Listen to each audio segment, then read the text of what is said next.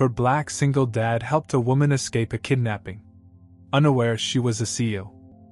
The moving truck's engine coughed one last time before dying completely in the driveway of 47 Maple Grove Circle. Darius Williams stepped out of his beat-up Honda Civic, wiping sweat from his forehead as he surveyed what would be home for the next year, maybe longer if luck finally decided to visit him. "Dad, this place looks like a haunted house," 8-year-old Micah said, pressing his nose against the car window. His breath fogged the glass as he stared at their new house, a 2-story colonial with peeling white paint and shutters that hung at odd angles. Darius chuckled, though he couldn't disagree. The house looked tired, like it had given up trying to impress anyone years ago. But the rent was cheap, cheaper than their cramped apartment in Detroit where sirens sang lullabies every night, and Micah had started asking why people shouted so much. "It's not haunted, little man. Just needs some love," Darius said, ruffling his son's curly hair. "Besides, look around. It's quiet here. Really quiet." And it was. Eerily so. Maple Grove Circle was a perfect suburban cul-de-sac that looked like it had been lifted from a 1950s magazine. Identical houses with identical lawns, each one manicured to magazine perfection. White picket fences. American flags hanging motionless in the still air. Even the trees seemed to grow in neat, organized rows. As they unloaded their few belongings, mostly Micah's toys, Darius's tools, and clothes that had seen better days, neighbors appeared like clockwork. Not to help, but to watch. A woman in a floral dress emerged from the house to their left, watering plants that already looked perfectly hydrated. She smiled and waved, but her eyes never left Darius's movements. Across the street, an elderly man trimmed hedges that appeared to need no trimming, his mechanical snip-snip-snip creating the only sound in the afternoon air. "Welcome to the neighborhood," called a voice behind them. Darius turned to see a tall man in khakis and a polo shirt approaching with the confident stride of someone used to being in charge. His smile was wide and white, but it never quite reached his eyes. "I'm Richard Caldwell, HOA president," the man said, extending a manicured hand. "We're so pleased to have new residents." "Darius Williams," Darius replied, shaking the offered hand. Richard's grip was firm, holding on just a beat too long. "This is my son, Micah. Wonderful, wonderful. Children bring such life to our little community." Richard's gaze swept over their belongings with barely concealed judgment. "I hope you'll find our neighborhood agreeable. We have certain standards here, of course. Community guidelines. I'll drop by later with the welcome packet." Something in Richard's tone made Darius's shoulders tense. He'd heard that particular combination of politeness and condescension before, usually right before someone explained why he didn't belong somewhere. "We'll do our best to fit in," Darius said carefully. "I'm sure you will." Richard's smile flickered. "Oh, and a word of advice? We keep early hours here. Most folks are indoors by 9. Keeps the neighborhood peaceful." After Richard walked away, Micah tugged on his father's sleeve. "Dad, why did that man talk like a robot?" "What do you mean?" "Like he was reading from a script or something." "And did you see? He didn't blink much." Darius looked at his son with new appreciation. Kids notice things adults missed. The next few hours passed in a blur of unpacking and trying to make the house feel less like a stranger's shell. The previous tenants had left behind some furniture, a couch that had seen better decades, a kitchen table with 3 matching chairs, and surprisingly, a decent bed frame for Micah's room upstairs. Darius had found work at Morrison Warehouse, 15 minutes away. Nothing fancy, loading trucks, organizing inventory, fixing whatever broke. The pay was decent enough to keep them fed and housed, with maybe a little left over from Micah's growing shoe collection. As evening approached, the neighborhood grew even quieter. No children playing in yards. No dogs barking. No music drifting from open windows. Just silence so complete it felt heavy. "This is weird, Dad," Micah whispered as they ate microwaved spaghetti at their new kitchen table. "Back home, Mrs. Rodriguez would be playing her music, and Tommy's dad would be yelling at the TV, and this is home now. Darius interrupted gently. "It's just different. We'll get used to it." But as night fell, Darius found himself missing the familiar chaos of their old neighborhood.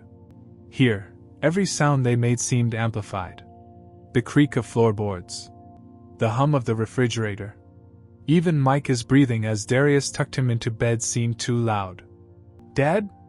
Micah's voice was small in the darkness. "What if I don't like it here?" Darius sat on the edge of the bed, smoothing his son's blanket. "Change is hard, buddy. But sometimes we need hard things to get to better things. Is this a better thing?" Darius looked out Micah's bedroom window at the street below. Every porch light was on, casting identical yellow circles on identical driveways. It looked safe. It looked perfect. "I think it could be," he said. After Micah fell asleep, Darius walked through their new house, checking locks and windows, a habit from their old neighborhood that seemed silly here but felt necessary anyway. In Micah's room, he paused at the window that faced the street. The house directly across from theirs sat dark and apparently empty. No car in the driveway. No lights in any windows. The realtor had mentioned it was vacant, had been for months. Something about the previous owners moving suddenly.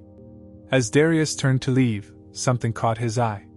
A flicker of movement in the attic window of the dark house. Just for a second, like a pale hand pressed against glass. He leaned closer, squinting through the darkness. Nothing. Just black windows staring back at him. "Just tired," he muttered to himself. New place, new shadows. But as he headed to his own bedroom, he could have sworn he saw that attic curtain flutter, though there was no wind. Sleep came fitfully that first night. Every settling sound of the old house jolted Darius awake. Around midnight he gave up and padded barefoot to the kitchen for a glass of water.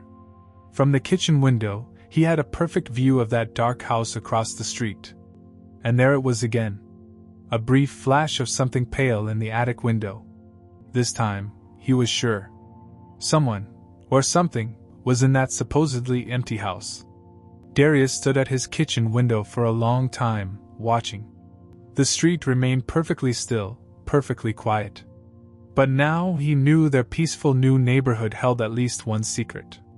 As he finally headed back to bed, one thought echoed in his mind.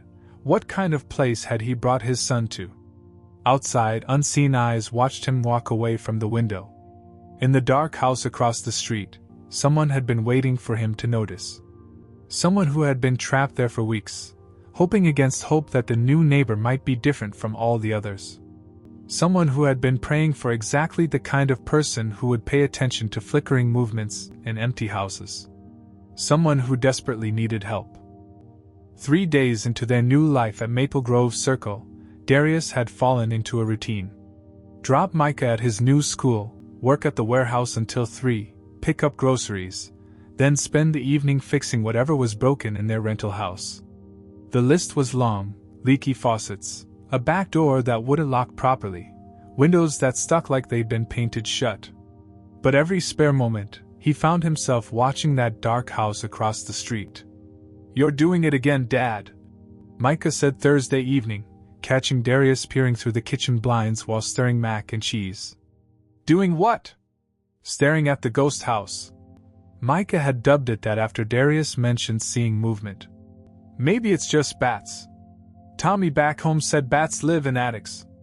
Darius wanted to believe that. Bats made sense. Bats were logical. But bats didn't explain what he'd seen that morning. He'd been leaving for work when he noticed the attic vent was slightly askew, as if someone had pushed it from inside. By the time he returned that afternoon, it was perfectly aligned again. Someone was definitely in that house, and they were trying to communicate. That night, after Micah was asleep, Darius made a decision that would have seemed crazy just a week ago. He wrote a note on a piece of paper torn from Micah's homework pad. "Are you okay? If you need help, move the vent twice." He waited until nearly midnight, then crept across the empty street and tucked the note under a decorative garden rock on the sidewalk in front of the dark house. His heart hammered as he hurried back, certain that one of his robot-like neighbors was watching from behind their perfect curtains. Friday morning, the note was gone.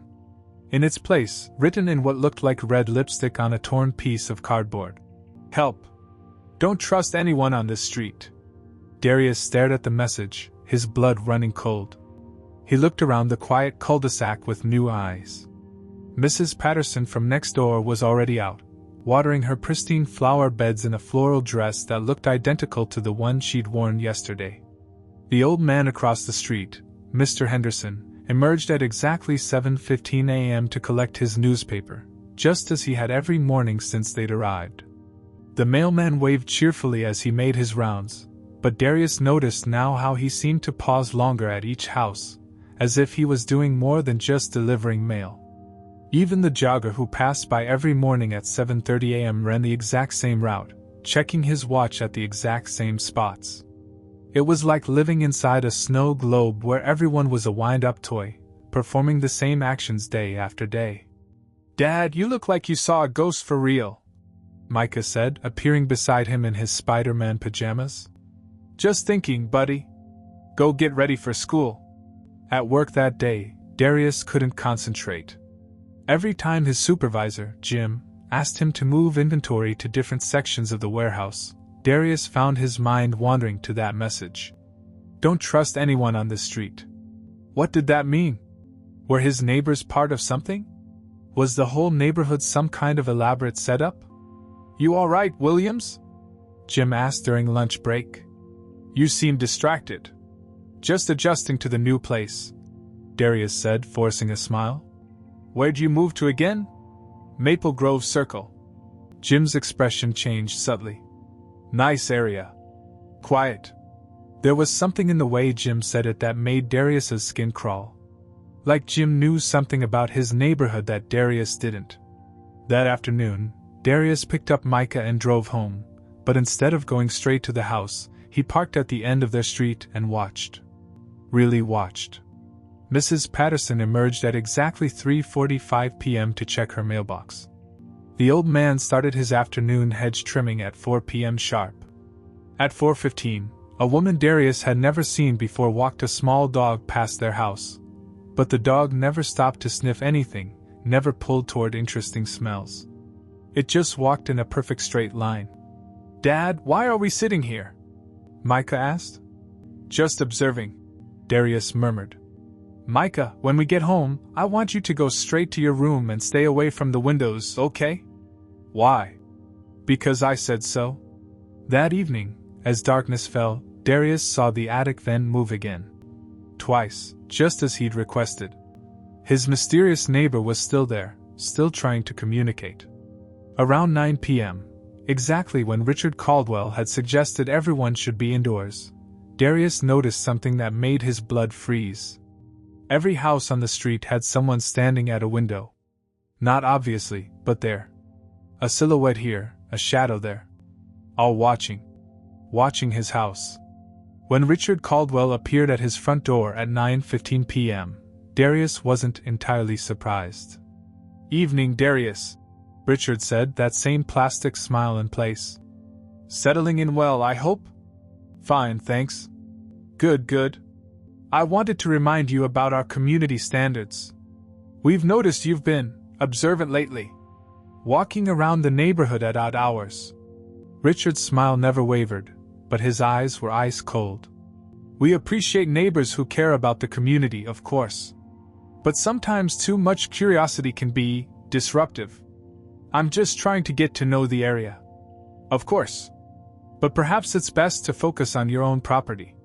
We wouldn't want any misunderstandings." After Richard left, Darius double-checked every lock in the house and closed all the blinds. Whatever was happening on Maple Grove Circle, he and Micah were now part of it whether they wanted to be or not.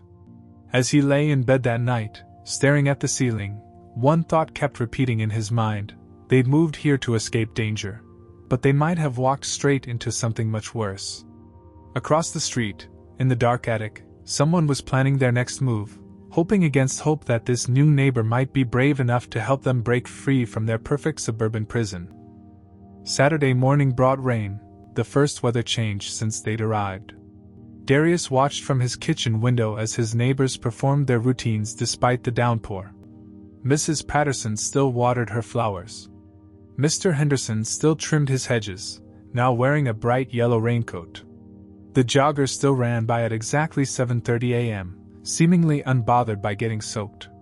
But the rain gave Darius an idea. "Micah, want to help Dad fix the back fence today?" he asked over breakfast. "In the rain? That's crazy, Dad." "Sometimes crazy is exactly what we need." That afternoon, while Micah played video games inside, Darius worked in his backyard, deliberately making noise with his tools. The rain provided perfect cover as he examined the property line between his house and the dark one across the street. What he found made his pulse quicken.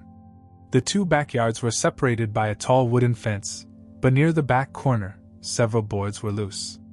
And at the base of the fence, partially hidden by overgrown weeds, was a damaged section where the drainage from both properties met. There was a gap. Small, but big enough. That night, after Micah was asleep, Darius wrapped an old burner phone, one he'd bought years ago for emergencies, in a plastic bag along with a charger. He'd written his name and a simple message. "I want to help. Text me when safe." Getting across the backyards unseen felt like the longest walk of his life. Every shadow could hide a watcher. Every sound could alert the wrong person. But the rain continued, masking his movements as he worked the phone package through the loose fence boards. On Sunday morning, the phone was gone. Sunday evening, at exactly 11:47 p.m., it buzzed with a text. "Thank you. My name is Ava. I've been waiting for someone like you." Darius's hands shook as he typed back. "Are you hurt? Should I call police?" The response came quickly. "No police. They're part of it. Can you call me? Wait for my signal. One blink from attic light." At midnight the attic light flickered once. Darius dialed. "Hello?" The voice was female, weak but determined. Young, maybe early 30s. "This is Darius. I live across the street. What's happening to you?" "God, it's so good to hear another human voice." There was a pause, and Darius could hear her crying softly. "I'm Dr. Ava Chin. I used to run BioCure Solutions. We developed regenerative therapies, stem cell treatments. Worth about $200 million. Used to run? My business partner, Marcus Webb, was also my fiancé. When I discovered he was selling our research to overseas buyers without FDA approval, I threatened to expose him. 3 months ago, I disappeared." Darius felt ice in his veins. "Disappeared how?" "I didn't die in a car accident like the news reported. Marcus made me disappear. My ID, credit cards, bank accounts, all frozen. Officially, I don't exist anymore. He's been telling everyone I died, while he takes control of my company. But you're alive. You could prove." "How?" "My fingerprints were mysteriously corrupted in the database. My medical records vanished. Even my apartment was cleaned out and rented to someone else within a week. On paper, Dr. Ava Chin died 3 months ago." The sophistication of it was terrifying. "So what is this place?" "A private prison disguised as a suburb. Marcus didn't want to finish me, too risky, too messy. Instead, he made me disappear into a place where no one would ever think to look. A perfect neighborhood full of people who are paid very well to keep me here." "Everyone? The whole neighborhood?" "Every single person. The mailman reports my movements." "Mrs. Patterson next to you?" "She's a former prison guard. Mr. Henderson was military police. The jobber is a private security contractor. Even the children, they're actors' kids paid to play roles." Darius's mind reeled. "But why this elaborate setup?" "Because legally, I don't exist to contest anything. Marcus gets my half of the company, inherits my research, and in a few years, if I become too much trouble, I'll have another accident. Until then, I'm just stored here. Like inventory in your warehouse." The comparison hit too close to home. "How long?"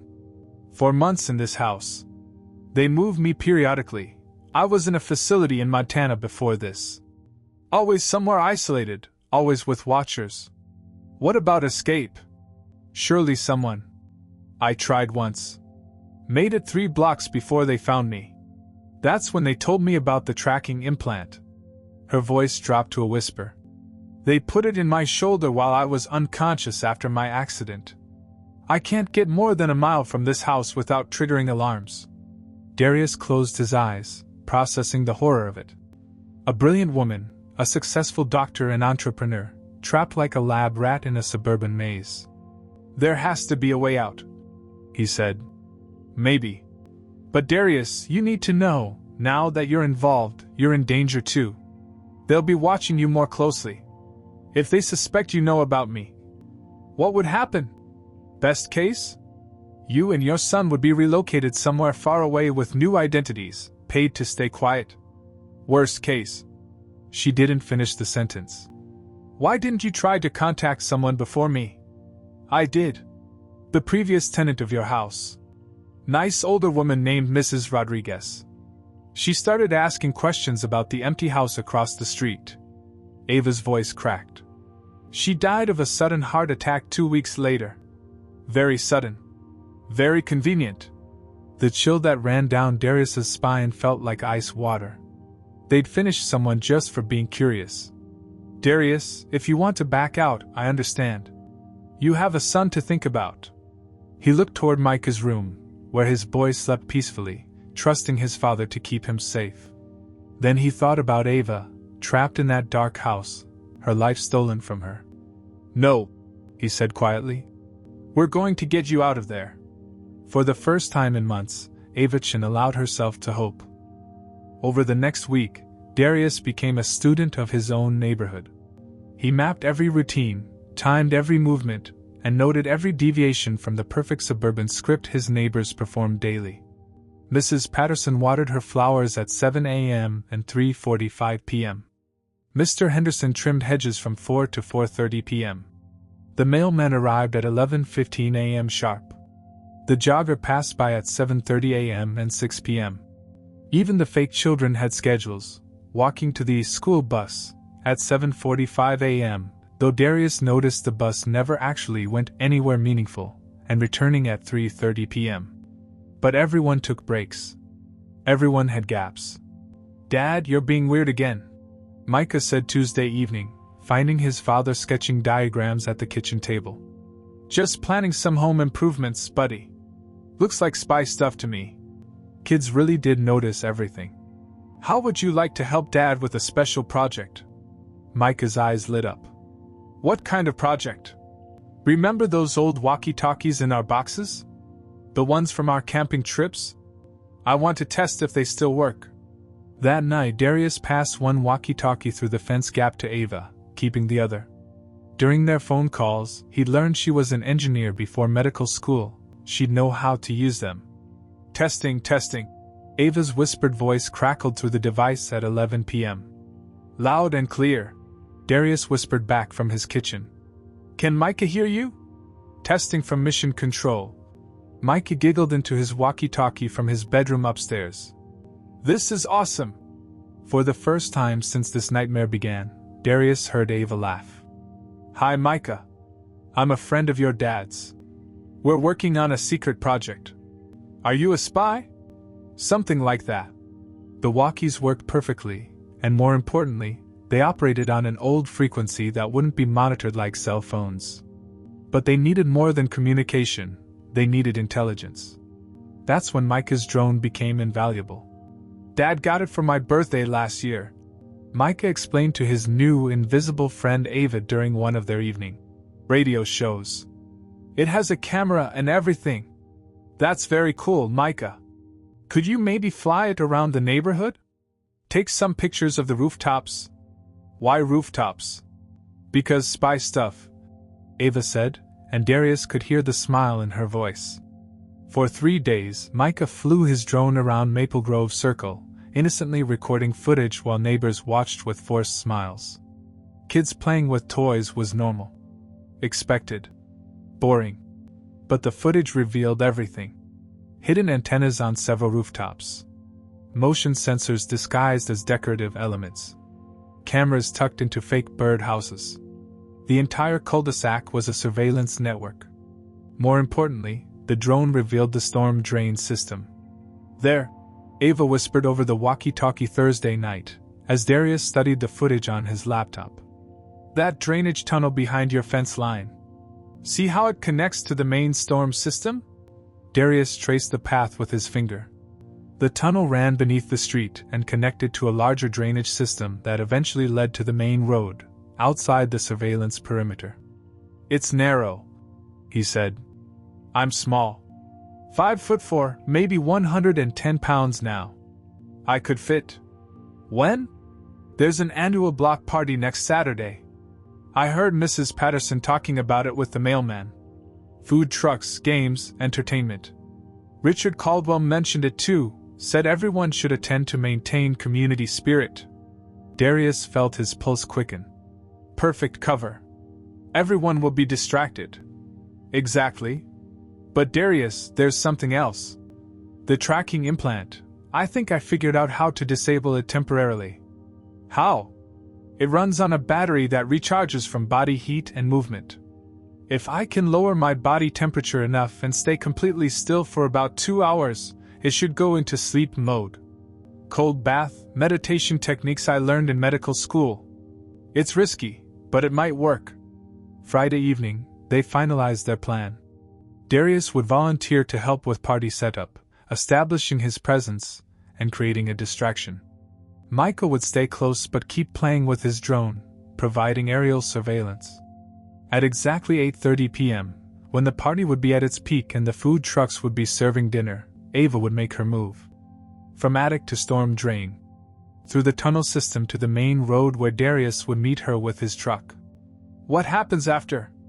Ava asked during their final planning session. "I have a friend in Chicago. Marcus." "Different Marcus," Darius said quickly. "He owes me a favor. Place to lay low while we figure out next steps." "And if we get caught?" Darius looked toward Micah's room, where his son was already asleep, dreaming of tomorrow's spy mission. "We won't get caught." But even as he said it, Darius knew they were about to attempt something that could destroy both their lives. If Marcus Webb's people were as powerful as Ava claimed, if they'd successfully erased a person's entire existence, what would they do to a single father and his 8-year-old son who threatened to expose everything? Saturday morning dawned bright and clear, perfect weather for a neighborhood block party. As Darius helped Richard Caldwell string lights between lampposts, he caught the man studying him with those cold, calculating eyes. "Excited for tonight?" Richard asked. "Should be fun," Darius replied, forcing casualness into his voice. "Yes, it should be. We do so enjoy it when everyone participates. Fully." The emphasis on that last word sent chills down Darius's spine. But across the street, hidden in her dark attic prison, Ava was preparing for her one chance at freedom. Tonight, everything would change.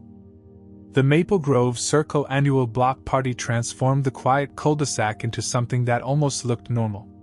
Food trucks lined the street, a taco wagon, an ice cream cart, a barbecue smoker that filled the air with hickory scent. String lights twinkled between lampposts, and a small stage had been erected in the center of the circle. But Darius noticed what others wouldn't. The food truck workers kept glancing at specific houses. The musicians on stage had earpieces. Even the children playing games moved in calculated patterns, never straying too far from designated areas. "Dad, this is so cool!" Micah bounced beside him, clutching his drone controller. "Can I fly it around the party?" "In a little bit, buddy. Let's help with setup first." At 6:30 p.m., as neighbors gathered with folding chairs and forced smiles, Darius approached Richard Caldwell. "Mind if I help with entertainment? I used to DJ back in Detroit." Richard's smile was sharp. "How wonderful. Yes, we could use someone to coordinate the karaoke after dinner." "Perfect." The karaoke would put him center stage, visible to everyone, while giving him control of the sound system and microphones. No one would suspect him of anything while he was literally the center of attention. At 7:15 p.m., Ava's voice crackled through his earpiece, hidden beneath his baseball cap. "In position. Starting the cooling process now." Darius's blood ran cold thinking about what she was doing. Sitting in ice-cold water in her attic, slowing her heart rate, lowering her body temperature to dangerous levels, all to trick a tracking device into sleep mode. "Copy that," he whispered, pretending to adjust the sound equipment. "Dad, look!" Micah pointed his drone's controller at the small screen. "Mrs. Patterson is eating 3 hamburgers." Even in his nervousness, Darius almost smiled. Trust his son to notice the weird details. But then he realized, Micah's aerial view was giving them real-time intelligence on everyone's positions. At 8 p.m., Darius took the makeshift stage. "Good evening, Maple Grove! Who's ready for some karaoke?" The crowd cheered with enthusiasm that felt rehearsed, but it worked. As the first brave soul took the microphone to butcher "Sweet Caroline," Darius caught sight of movement in the dark house's attic window. Just a flash, but it was the signal. Ava was moving. "Micah, fly your drone toward the back of the neighborhood," Darius whispered. "Show me the storm drain area." His son guided the drone around the party's perimeter, the small screen showing the drainage tunnel entrance behind the houses. Clear. No guards, no watchers. Everyone was focused on the party. At 8:25 p.m., as a teenager finished Bohemian Rhapsody, on stage, Ava's voice came through his earpiece. "In the tunnel. It's tight, but I'm moving." Darius's hands shook as he queued up the next song. 5 more minutes. He just needed to keep this show running for 5 more minutes. But then he saw something that made his heart stop. Richard Caldwell was walking purposefully toward the dark house, checking his phone with a frown. "Micah," Darius hissed. "Emergency drone mission. I need you to fly it right at Mr. Caldwell. Make it look like an accident." "What? Why?" "Just do it. Now." God bless his son's reflexes. The drone zipped across the party and smacked directly into Richard's chest, sending the man stumbling backward and his phone clattering to the pavement. "Oh no! I'm sorry, Mr. Caldwell." Micah ran over, playing the part of the embarrassed kid perfectly. "The controls are so hard." "It's quite all right," Richard said through gritted teeth, but Darius could see fury in his eyes as he bent to retrieve his cracked phone. At 8:30 p.m. exactly, Darius announced, "Let's take a quick break for dessert, folks. Ice cream's on me." As people moved toward the ice cream truck, Darius slipped away from the stage. His truck was parked 2 streets over, supposedly to make room for the party setup. He walked casually, waving at neighbors, playing the role of helpful dad getting something from his vehicle. The storm drain outlet was exactly where the drone footage had shown it, a concrete tunnel opening behind a screen of trees near the main road. Darius crouched beside it, his heart hammering. "Ava? You there?" Splashing sounds echoed from the dark tunnel, then a muddy hand emerged, followed by a woman who looked nothing like the successful CEO she'd once been. Ava Chen was pale, thin, her dark hair matted with drain water and debris. But her eyes were fierce with determination. "You came," she gasped. "Of course I came." Darius helped her into his truck. "How do you feel?" "Like I've been crawling through a sewer, but free. God, I feel free." As they drove away from Maple Grove Circle, Darius saw flashing lights in his rearview mirror. Not police, private security vehicles converging on the neighborhood. But then something unexpected happened. As they passed the last house on Maple Grove Circle, a woman stepped out of the shadows. Mrs. Patterson, still in her party dress, made direct eye contact with Darius through the windshield. And instead of raising an alarm, instead of calling for help, she simply nodded once and stepped back into the darkness. "Did you see that?" Ava asked. "Yeah. I think we just found out who's been helping us more than we knew." As they disappeared into the night, leaving the perfect suburban prison behind, Darius realized their escape had been successful because someone on the inside had wanted it to be. The question now was, who could they trust, and how far would Marcus Webb go to get his prisoner back? 3 weeks later, Darius stood in the kitchen of a modest duplex in Riverside Heights, watching Micah race around the backyard with the energy he hadn't seen since before their nightmare began. The new neighborhood had actual children playing, actual dogs barking, and actual imperfections that made it feel wonderfully real. "He looks happy," Ava said, joining him at the window. She looked different now, healthier, with color back in her cheeks and her hair cut into a stylish bob. More importantly, the hunted look in her eyes was slowly fading. "He is happy. We both are." The past 3 weeks had been a whirlwind of careful moves and quiet victories. Ava's friend Dr. Sarah Martinez, who had never stopped searching for her missing colleague, had provided the safe house and legal connections they needed. Through Sarah's lawyer, they'd begun the delicate process of proving Avichin was still alive without alerting Marcus Webb's network. "Any word from your contact at BioCure?" Darius asked. Ava nodded, her expression grim. 3 more board members are ready to testify about Marcus's illegal activities. Turns out, making the company's co-founder disappear made a lot of people very nervous about their own safety. The irony wasn't lost on either of them. Marcus's elaborate prison had been so convincing that even his own allies now feared they might be next. "And the FBI?" Agent Morrison seems cautiously optimistic. "The tracking implant they removed from my shoulder? It's manufactured by a company that officially doesn't exist. That's opened up a whole investigation into private detention facilities." Darius winced, remembering the minor surgery that had finally freed Ava completely. The implant had been sophisticated, military-grade technology that shouldn't have been available to civilians. A knock at the door interrupted his thoughts. Through the peephole, he saw a familiar figure that made him freeze.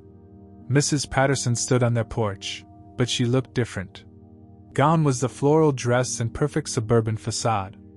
Instead, she wore jeans and a simple sweater, and her expression was nervous but determined.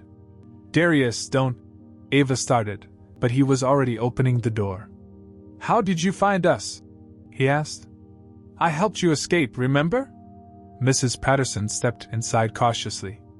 "My name is Detective Lisa Patterson, Chicago PD. I've been undercover in that neighborhood for 8 months. Ava appeared beside Darius, tense and ready to run. "Prove it." Lisa pulled out her badge and ID. "I was part of a joint task force investigating Marcus Webb's activities. We knew about the suburban prison, but we needed evidence. Someone inside who could document everything. Why didn't you help me sooner?" Ava's voice was sharp with months of suppressed anger. "Because we needed to map the entire network. Every guard, every facility, every person involved. Your escape gave us the final pieces we needed." Lisa's expression softened. "I'm sorry, Dr. Chin. I wanted to help you sooner, but you needed me to suffer a little longer for your case." "That's not..." Lisa stopped, then nodded slowly. "You're right. I made choices that prolonged your imprisonment. I'll have to live with that." The honesty seemed to deflate Ava's anger. She sank onto the couch, suddenly looking exhausted. "Is it over?" Darius asked. "Can we stop looking over our shoulders?" "Marcus Webb was arrested this morning," Lisa said, "along with 14 associates and the operators of 3 similar facilities in different states. The suburban prison network is finished." Relief flooded through Darius like warm water. For weeks, he'd been startling at every unexpected sound, checking locks twice, watching for signs they'd been found. "What happens now?" Ava asked. "Now you reclaim your life. BioCure's board voted to reinstate you as CEO yesterday. Marcus's illegal sales have been reversed, and the company's research is back under proper oversight." But Ava was looking at Darius when she asked, "What happens to us?" Over the past 3 weeks, something had grown between them. Not romance. They were both too damaged for that yet, but a deep trust forged in impossible circumstances. They understood each other in ways that people who lived normal lives never could.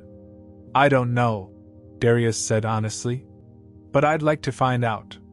2 months later, Darius pulled up to the grand opening of the Avichin Foundation's first residential facility. The converted apartment building would house 20 single-parent families, providing not just homes but job training, childcare, and educational support.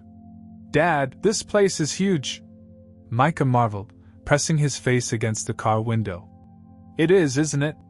Darius smiled, adjusting his tie. His new job as facility manager was more challenging than warehouse work, but infinitely more rewarding. As they walked toward the ribbon-cutting ceremony, Ava appeared beside them in a sharp business suit, every inch the successful CEO she'd once been. But when she looked at them, her smile was warm and genuine. "Ready to change some lives?" she asked. "Ready," Darius replied. Later, as families moved into their new apartments and children played in the courtyard, Darius thought about perfect suburban prisons and the courage it took to notice when something was wrong.